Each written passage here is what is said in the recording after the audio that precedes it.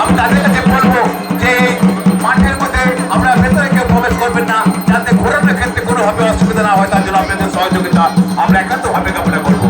এবং আমাদের স্বেচ্ছাসেবক যারা কমিটি রয়েছে তাদের কাছে ঘোষণা করবো আমরা একটা মাঠের মধ্যে যান, যদি এই ফিটবোর্ড ঘটনার ক্ষেত্রে কোনো তার জন্য আপনাদের সহযোগিতা একান্তভাবে কামনা করবো।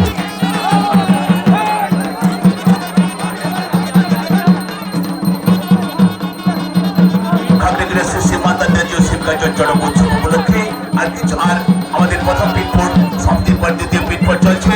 আমাদের দ্বিতীয় পিটফোর্ডের পরে রয়েছে সেই মাতা সালুট, কেউ দর্শনার্থীদের প্রতি বিনম্রভাবে ঘোষণা আপনারা আনন্দ করুন, উপভোগ করুন। প্রথম পিটফোর্ড শেষ হয়েছে, দ্বিতীয় পিটফোর্ড চলছে।